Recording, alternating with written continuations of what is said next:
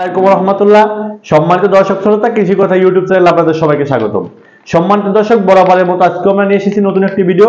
আজকের ভিডিওতে আমরা আলোচনা করব খাটো জাতের আগাম জাতের জারি সারি বা যে খাটো জাতের সিমগুলো আছে এই সিম চাষ সম্পর্কে। সম্মানিত দর্শক, ইতিপূর্বে কিন্তু আমরা আমাদের চ্যানেলে কেরালা সিম চাষ পদ্ধতি সম্পর্কে একাধিক ভিডিও আপলোড করেছি।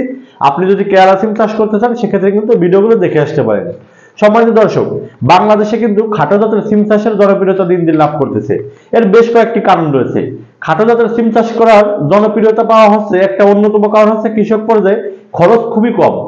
বীজ কিনা আর টুকটাক প্রয়োজনীয় কীটনাশক কিনা ব্যতীত আহামরি খুব একটা খরচ হয় না যদি আপনি মালচিং পদ্ধতিতে চাষ না করেন।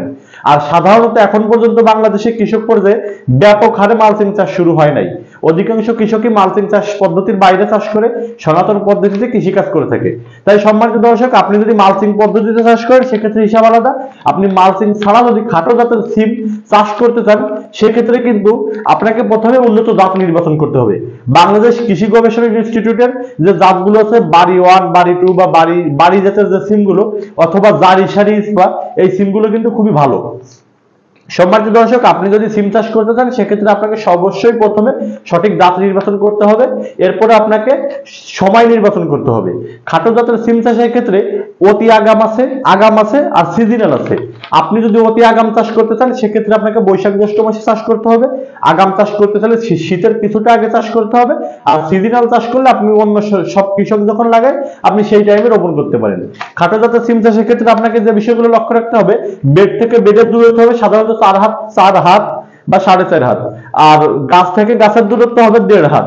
যদি গাছের বীজ দেন প্রতি মাদায় 2 পিস করে সেক্ষেত্রে 2 হাত দূরত্ব দিয়ে ভালো হয়। সম্মানিত দর্শক, খাটো জাতের সিম বাংলাদেশে জনপ্রিয়তা লাভ করে বেশ কয়েকটি কারণ। এর ভিতরে অন্যতম হচ্ছে খরচ কম, ফলন বেশি, অল্প সময়ে ফলন হয়। প্রতিটা গাছ রোপণের 35 থেকে 40 দিন পর ফলন বাজারজাত করতে পারবেন ইনশাআল্লাহ।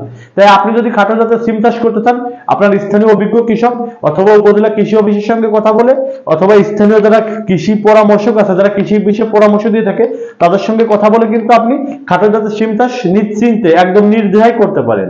আপনি চাইলে আমাদের থেকে খাটো জাতের সিম চাষ সম্পর্কে বিস্তারিত পরামর্শ নিতে পারেন। কৃষি সংক্রান্ত সব ধরনের পরামর্শ আমরা দিয়ে থাকি। আর যে কোনো ধরনের ফুল ফল সবজির বীজ প্রয়োজন হলে স্ক্রিনে দেখুন হোয়াটসঅ্যাপ নাম্বারে যোগাযোগ করতে পারেন। আমরা সারা বাংলাদেশে এই জাতের সিমের বীজগুলো পাঠিয়ে থাকি। আপনি যদি বাড়ির ছাদে বীজ রোপণ করেন, আমরা বাড়ির ছাদের জন্য বিক্রি করি একদম এরকম মিনি প্যাকেট, মাত্র 60 টাকা 70 টাকা প্যাকেট। যদি বাণিজ্যিকভাবে চাষ করেন সেক্ষেত্রে আমরা বীজ সারা বাংলাদেশে পাঠিয়ে থাকি। সবাই ভালো থাকবেন, সুস্থ থাকবেন, কৃষকের সঙ্গে থাকবেন। আসসালামু আলাইকুম।